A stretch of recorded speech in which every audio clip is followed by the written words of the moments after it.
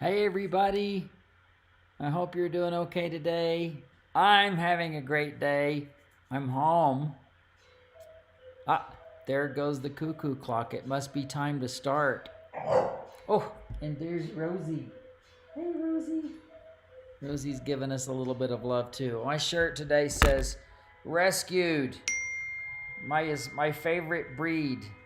So, yeah, absolutely. So you guys, I hope you're all having a really good day today. And getting the comments going here. Howdy do. I've got some fun things to talk to you about today. One of those has to do with these guys. Those are ravens. I'm going to talk a little bit about ravens, and so that's one thing I'm going to share with you today. And I don't know if my good friend Helen Godden's watching, probably not, but that's her quilt way back on the back wall. So we're not going to show that one today, but I don't want you to miss out on knowing that it's back there. It's a man from Snowy River. So, yep. Hi, Sue. It's good to see you. Wanda, oh my gosh, it's good to see you. Happy birthday if this is your day. Wanda, happy birthday to you. And for those of you that are on the East Coast, if you're having to deal with Hurricane Henri, I hope it's not Henri. I hope it's just a reasonable rainstorm and not going to cause any serious damage. Jacqueline from Norfolk, how are you? How are you? I don't know if I saw you when I was in Norfolk, but I enjoyed my visit when I was there many years ago. And Dublin, Maura from Dublin. Are you meaning Dublin as in Ireland or Dublin as in Dublin, California? I'm going to bet that you mean Ireland, and I can't wait to get back to Dublin. I was supposed to be there in September, but that's not happening. But I am planning to be back next year. You guys, I want to interact with you today. So if you've got some questions, I'm going to be sharing with you several things, but if you've got some questions that you would like to pop in the comments, this is just chat time, live from the mountain. Ricky Timms just sharing a little bit of life with you guys. And I wanted to talk a little bit about my raven collection. My house on the mountain it's at a ranch that I named Autumn Rock after the big rock outcropping. Many of you have followed me and you know this major outcropping that I named Autumn Rock. And the rock itself was not named previously, but I ended up, when I was trying to buy the land, I sold a quilt called Songe d'automne, which is basically Autumn Dream in French, and it was the name of a piece of music that was being played on the Titanic as it was sinking. And I have a love affair with Titanic. That's a whole nother thing. But I ended up selling that quilt to get part of money for the down payment on the land. And so I named the rock Autumn Rock after that. But I have a situation with, I'm sorry, I'm getting a message that it's interrupted, and I'm going to see if I can't get to a better signal for you guys. The house, when the house got built, because I'm a guy that names things, the house is called the Rookery. And the Rookery is a gathering place for ravens. So, all right, I'm going to be in here in this room. I'm hoping that will help the internet connection just a little bit and talk to you guys. So here I am, and I hope that this will help a little bit better. But since I am the Rookery and I'm a raven fanatic, I thought I would share with you my ravens, and now I'm having to walk because I remember I wanted to get a book, and I see it right here. That's excellent. I don't know why it's all tangled up. There we go. You'd think I'd have my act together. You guys, yesterday I was in Nebraska. Today I'm in Colorado, and that was not flying, it was driving. So I've had a really, really fun 2 days. I got to do a lecture in Gering, Nebraska, near Scottsbluff Monument in Scottsbluff, Nebraska. And it was for the International Quilt Study Center. It was really wonderful. opportunity. I had a great time yesterday and got back late last night. So we are going to talk about, now that you guys have arrived, we're going to talk a little bit about my ravens. Uh, a gathering place for ravens is called the rookery. So I have a lot of ravens in my house, and I'm not going to give you the long story of why I have a strange connection to ravens, but I am going to share with you some fun things about ravens today. So the first thing I want to just share with you is some pictures. I have little things like this. These are not stacked rocks. They are actually a ceramic art piece done by one of our local artists in the area, and I really adore these pieces. I've got two of them, and this is some little wooden carved ravens, and they're on a little shelf in my dining room, and I keep corn down there because of course they're trying to eat, so they need to do that. So there's that one. I thought you might like seeing that. And then I've got, all right, this is kind of interesting. This is not a raven. This was a gift from my good friend Judith Baker Montano in La Vita, Colorado. Judith is an art quilter. She does crazy quilting and wonderful embroidery. She does embroidered landscapes and underwater scenes as well. And Judith gave this as a gift for having used my building for the reception of her daughter's wedding. And it's a caribou skin, but the surprise is on the back of this caribou skin is a painting. So this is the back, and I'm just folded it over so you can see it's the back, but really and truly, there's the whole thing on the back, and you can see how amazing that is. It's good to see you guys. I do see your names as you're popping in and saying hello, so it's great to see you guys. And I love knowing that you're having fun on your projects. But look at this ink. This is ink. This whole back of this caribou skin is inked. And I think that's pretty exciting. And then we go into my house and we see under my front door, or above my front door, I have these 3 raven stained glasses that I designed. They were a gift. They're a very special treasure to me, but I did design them for the house. And I'll let you know that there's the one in the middle has the little red berry. You can see him. He's all proud. He's got his red berry. And the one on the left side is looking over his shoulder like he's all pissed off and he's mad. He's got the berry and I don't get to have one.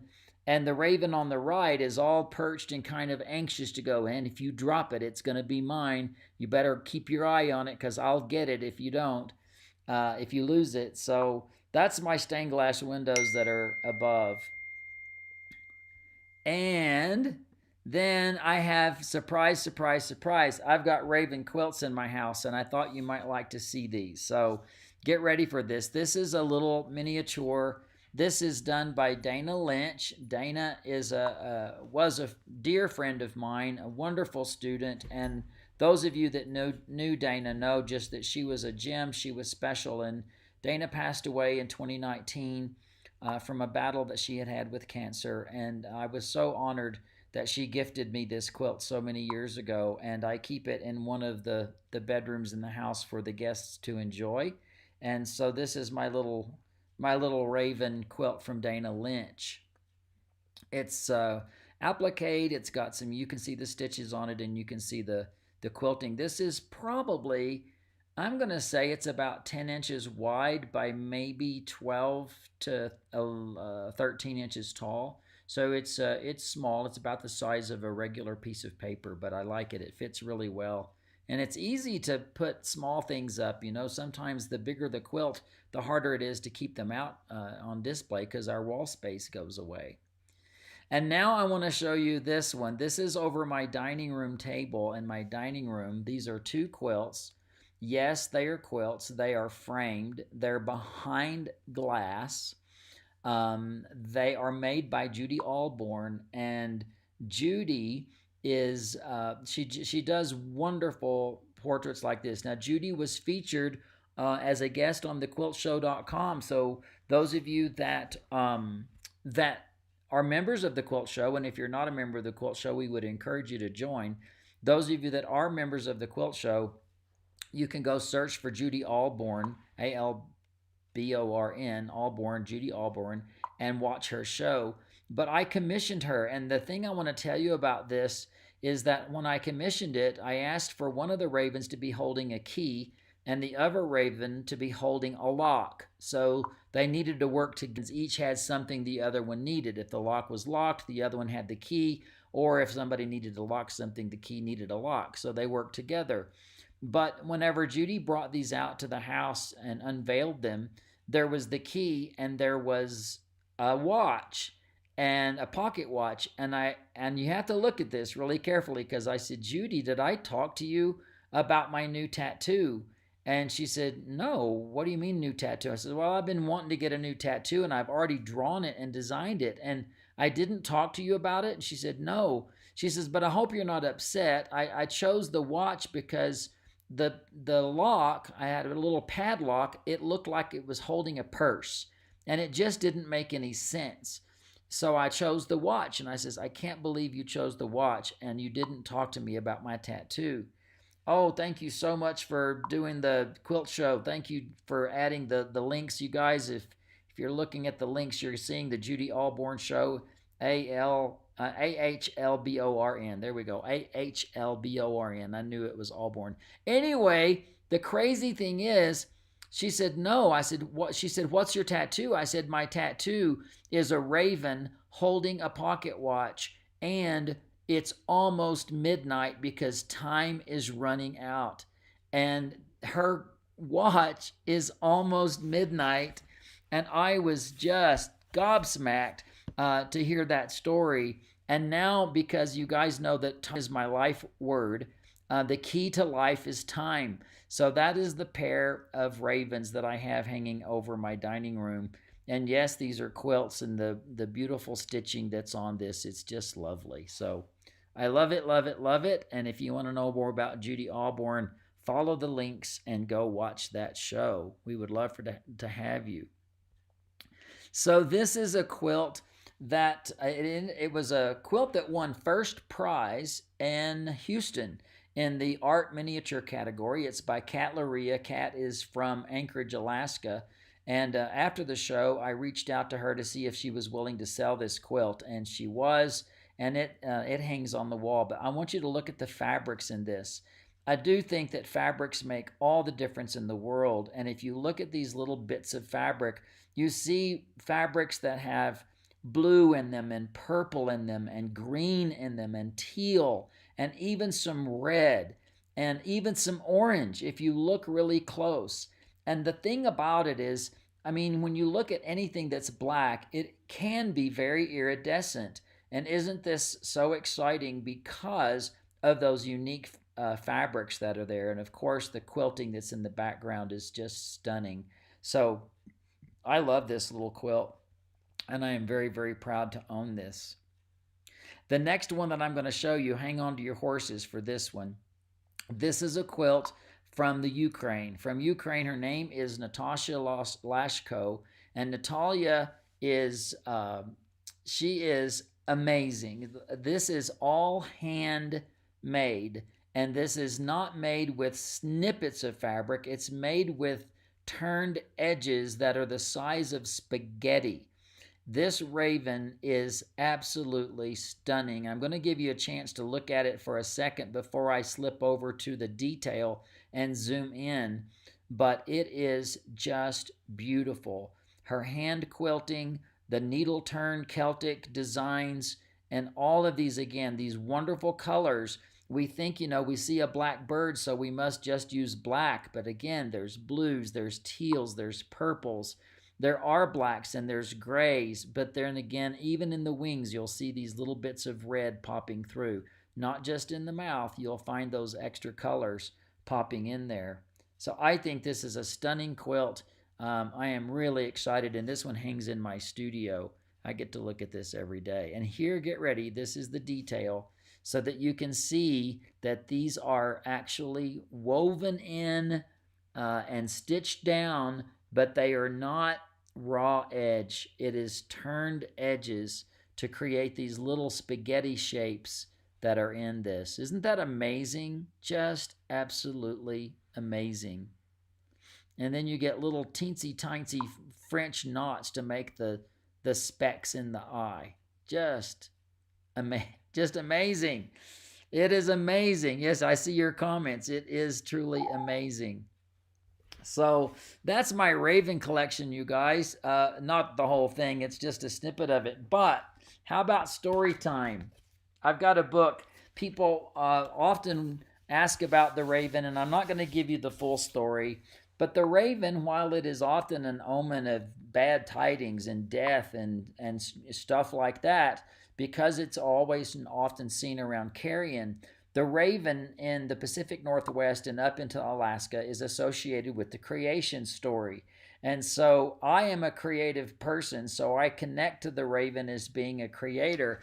And today I'm going to read you this book by Gerald McDormand, and it's called The Raven, A Trickster Tale from the Pacific Northwest. And I have to tell you, I knew this story before I found the book. And even after I knew the story, I was watching an old rerun of Northern Exposure. Some of you will remember that show. And Marilyn, the doctor's secretary, she stopped somebody on the street and she told this story. So I've known this story for quite a while, and then I found the book on a trip and I bought it. So I'm just going to read it to you because it's really easy. You guys hang on to this. It's actually very, very, very cool. Okay, The Raven. All right. All the world was in darkness. The sky above was in darkness. The waters below were in darkness.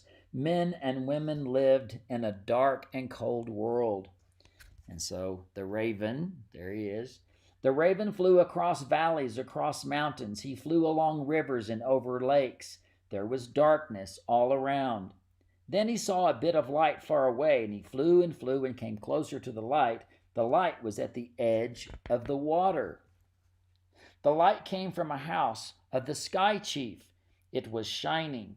Raven perched high in a pine tree on the shore. Raven watched. There you go. You feel like a kid right now, but you're going to love this story, so hang on. The raven saw a beautiful young girl emerge from the shining house and go to the edge of the water. All right? She was the sky chief's daughter. She knelt and drank some water from a woven basket. All right? You wonder what's going to happen. The raven changed himself into a pine needle, and he then fell down from the tree and floated on the water. When the girl drank again, she swallowed the pine needle. Ta-da-da-da-da-da. After a time, the girl gave birth to a child. The child was small and dark with shiny black hair and tiny black eyes. Who do you think the child was? Yeah, you're getting it. It was Raven. Raven had been reborn as a boy child. The sky chief was delighted with his daughter's child. He called him grandchild. He played with the boy and craved for his toys. He invited the elders to come and see the curious, wonderful child. The elders gathered in the shining house with the sky chief and his daughters, and they watched the raven child crawl around on the floor of the lodge. He pretended to be playing, but all the time he was trying to find where the light was hidden. I wonder where the light's hidden. Okay. The box was large. It was carved and painted with many colors. The box was bright and it glowed, and the raven said, "Gaga." "What do you want?" asked the mother. Raven child said. "Gaga," he began to cry. "What does this child want?" asked the elders. The raven child said, "Gaga." He cried and cried. "My grandchild wants the box," said the sky chief. Don't you think I'm crazy, because this is a great story. The young woman placed the box in front of the raven child. All right. She took the lid off the box. Inside was a smaller box. She took the lid off of that box, and inside was even a smaller box. The mother took the lid off the box, and light poured out of it. The light flooded the room. Inside the box was a shining ball, blazing with light. What do you think the ball was? It was the sun. Give him the ball, said the Sky Chief. His mother gave Ravenchild the ball. Ravenchild stopped crying. He began to play with it, rolled it on the floor. Gaga. Then he changed into a bird and said, ha ha. All right, he became the raven once again. He's got the sun in his talons. The Sky Chief, his daughter, and the elders looked on in amazement. The raven plucked up the ball of light in his beak and flew through the smoke hole of the lodge and disappeared into the sky.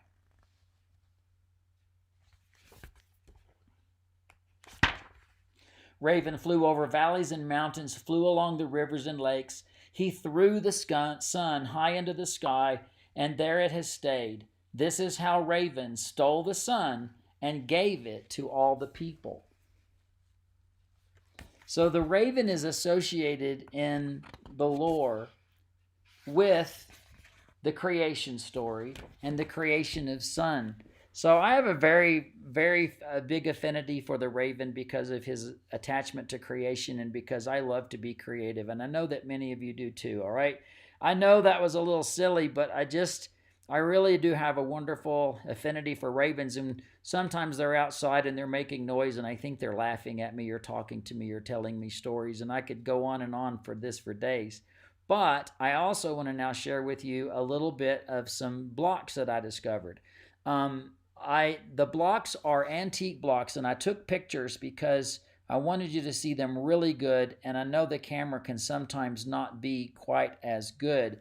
These blocks are from the 1870s, 1880s. They are really old blocks. They are in good condition, but they are also brittle and fragile because of their age. But these are Lemoyne stars. They have a diamond frame around that, so they're set on point, and then they're put on with Carolina lilies on the four corners.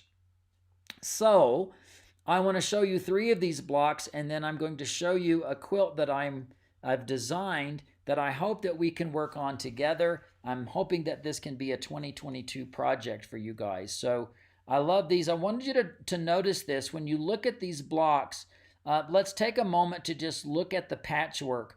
This one is pretty standard. If you look at the pieces that are in the star, they are solid diamonds. I mean, when I say solid, they're not patchworked together. Although the setting blocks, the triangles and squares that are kind of creamy stripe, those are on angles. They're not all on the straight of grain or cross grain, so you can see that happening. And then you can see a little bit of staining that are on these blocks. But let's look at the next one. Now look at the Lemoyne star in the center and look at one of those diamonds, and you'll see that the diamond has been pieced. And look in the background of these blocks. In those same areas, you see several seams because the quilt maker is really making do, seaming the fabrics together to make a bigger piece of fabric to put that together. If you look in the very bottom left corner, you see that square has also been pieced together. These are the things that make me overly excited about the quilt. They provide quirkiness, they provide interest, and I think that one of the things I'm going to start doing in the future, even if I didn't have to piece the stuff together and make do, I love this quirkiness. If you've ever looked at an old antique make quilt, maybe with some friends and you're studying it, you love pointing, oh, I wonder what they were thinking when they did that. I wonder why that decision was made. And we can look at these quilts and we get to study them and maybe try to get into the minds of the makers. and it's always fun. So why not give your future generations some questions? Go, what was she thinking? Is she crazy? I wonder why she needed to do that. Surely she had enough fabric. She didn't need to piece things together. That was 2021. Surely she wouldn't have had to do that back then. So give them something in your world that might give something fun to think about. So I'm going to show you one more block, and that's this guy. Get ready, you guys, because I'm fixing to show you the reveal. Look at the different fabrics. So a lot of different fabrics in this Lemoyne star, but the values, the darks and the lights, are still radiating around. Even in those diamonds, you see the bottom right diamond, you see purple and tan on that inside star. And then you see different fabrics being used from different fabrics and pieced together in those backgrounds. And then whenever you look at the background fabrics of the outer part and the Carolina lily part, you see different fabrics patched together, but the values are what's making this work. They didn't suddenly put in a stripe of dark. It's still light. It's in the same values, and values is what makes it work together. So, all right, you guys. So what I want to do now is I want to share with you a quilt that I've designed from these blocks. I expect that when I make this quilt, I may be using my Lizzie Albright fabric, which is kind of a vintage style look of the time period, and also just really trying to have a fun time to put some fabrics together for you. So here I go. Get ready. Are you holding? Well, maybe I won't show you just yet. Do you have any questions before I show you? Carol loves antique quilts. Milo is from the UK. Lynn, I love to rescue old quilts and quilt tops from antique stores and flea markets. All right, you're excited. Here you go. All right, I won't keep you any longer. Here we go. This is the quilt that I've designed using those blocks. So I'm excited about this quilt.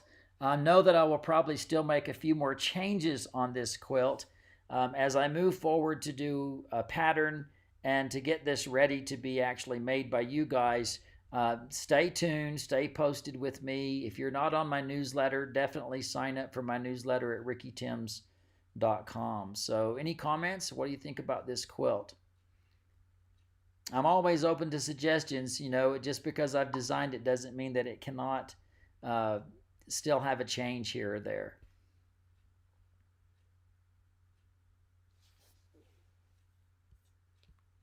I'm just looking to see if there's any questions that I've missed.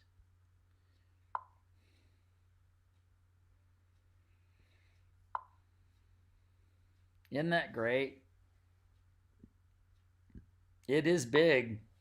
It's a full-size quilt. I think it's about 86 inches.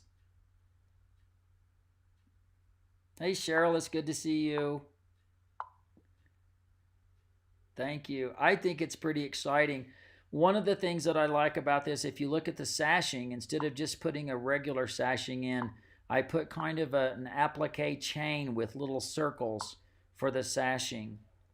The feathers that you see in the border are applique. There's also applique kind of flowers near the center with the yellow sashing with the little ovals, I guess, with the little pink circles. Those are also applique.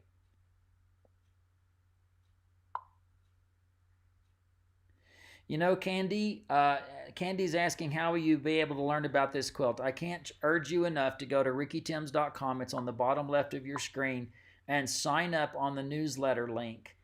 Then you know everything. I send out about once a week. There are some weeks because I have a special something that's going on where I might send out a second newsletter, but primarily it's once a week, and I do a Today on the Mountain a video. I also try to do a quilt of the week. I show off the photos from my photography class, and I just have little fun stuff. It's not a long newsletter. I try to keep it short and sweet, but anytime I've got a new project or a new class, it will be available to you there.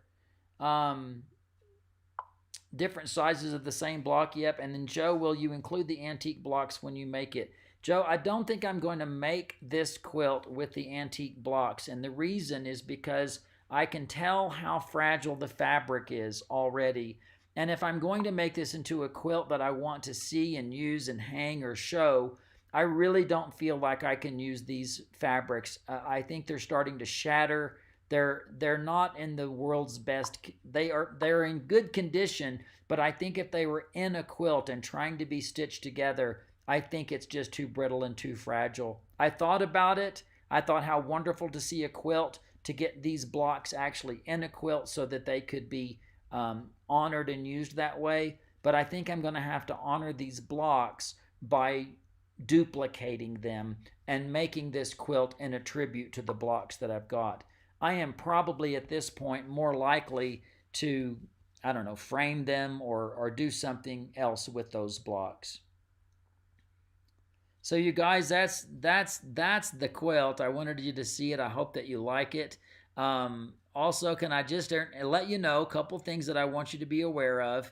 That Lizzie Albright and the Attic Window is now available on audiobook. I actually was able to listen to a good portion of that driving home from Nebraska yesterday. Of course, I was involved in it the whole way, but I just wanted to hear it again. And Kat Bowser is reading. It's wonderful. You can get this on Audible, so either go to Amazon and do an audiobook search, or just go to Audible. And that's an app that you can have on your phone now, so you can have books right at your fingertips. And I do a lot of audiobooks whenever I'm working around the house or when I'm quilting and those kinds of things, because I can, especially when I'm driving, because I can't read and drive, but I can listen. And then I have a new class coming up in September called Finesse, Finish, and Photo. This is about finishing quilts, putting the right borders on it, choosing the right batting, doing it so that it doesn't look like cooked bacon. But your final exam is going to be about photoing your quilt, showing off your quilt to its best advantage. And I am working with every individual. When you submit a photo, I will give you a personal critique. So this is an interactive class. I will spend a lot of time on this class. I hope that you will join me, and that will be at letsquilttogether.com. And I'm trying to look to see if I can find that. Yeah, I can put that right there for you so that you can see letsquilttogether.com is where you would go to sign up for that class. I have about 25 spots left, you guys, because it's filling up fast. So if you're interested, go and sign up for that class. I can't have a huge group, or I would not be able to give you the personal interaction that I want. So I hope that you'll join me for that. And even more importantly, if you have not signed up for a Quilt Luminarium ever in your life, this is a course that you can go read all about it. Go to letsquilttogether.com, read all about it. It is 11 and a half hours. It's 3 days long. It is a course that it includes a syllabus and just about every main thing I know, the meat and potatoes of Ricky Timms, and a lot of inspiration in this virtual Let's Quilt Together website, doing the virtual Quilt Luminarium. So I would love for you to do that. And last but not least, I don't want to forget the fact that you can get my new music at on iTunes. I'll put the iTunes logo up there. And let me get rid of the letsquilttogether.com. This is my new album, and I would love for you to enjoy that while you're listening to your music. I'm just going to give a little bit of a look over the questions here, because I want to finish up today with that. Alone with my thoughts, iTunes logo. Can feathers just be quilted pattern? Nancy, you certainly can. You can do anything. That's the way I roll. You can do anything. Might be less work for those who really don't want to be doing as much applique. Of course, you could quilt it that way. That's the beautiful thing about any pattern. You do not have to make it the way I say. You just simply don't. And I like seeing all of it come together that way. So that's the way I'm designing it, because I know the impact that it will give. But you can have a beautiful quilt any way that you like. And I'm sure I'll have some classes for that. So it looks like it's a hit, you guys. I'm reading your comments. I'm sure you wanted to do some. Heidi, I love applique. I absolutely do. As a matter of fact, I don't know if I can find this for you, but if I can, I will show you why I love that applique. So give me a second here. Yep, I will be able to put this in here for you. Let me find the picture. Well, I'm just going to have to do this one.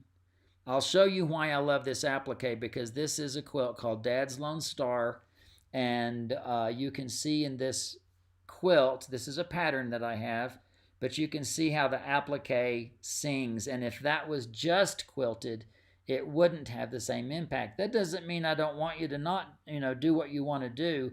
I just know that when I'm going to make the quilt, I am going to go the extra mile, and I am going to push it all the way to, I'm hoping I can hit a home run instead of a base hit. So you guys will be able to do whatever you want. So that's my Dad's Lone Star. The blocks, I believe they're like 11 and a half inches, Cheryl. They're a very unusual size. They are not too small and they're not too large. They're just typical size quilt blocks. Any other questions that you've got for me today before I say goodbye? I'm going to just start visiting with you guys on Sunday. I'm not trying to do any earth-shattering, life-changing anything. I just want to visit with you, share my life with you, connect with you for a while. We're still dealing with a crazy world and a crazy life right now. I do invite you, please, get on my newsletter, because that's another way that I can connect with you. Carol, your applique will be a choice of how you do it. I do machine applique. The Dad's Lone Star quilt here, I'll show it again. That is machine applique that I've done. So I do, that's the way I do it, but you can do it any way that you want to. So, all right, you guys, it's good to visit with you. My time is up here. I don't want to keep you all day, but it's been good to see you, and thanks for visiting with me. And I wish you all the best as we move forward through this week, and I hope to see you next Sunday. I will be taping shows in Dallas next Sunday, so I may not be able to pop on, but if I do, I'll pop on and I'll say hello for just a few minutes. All right, everybody, take care.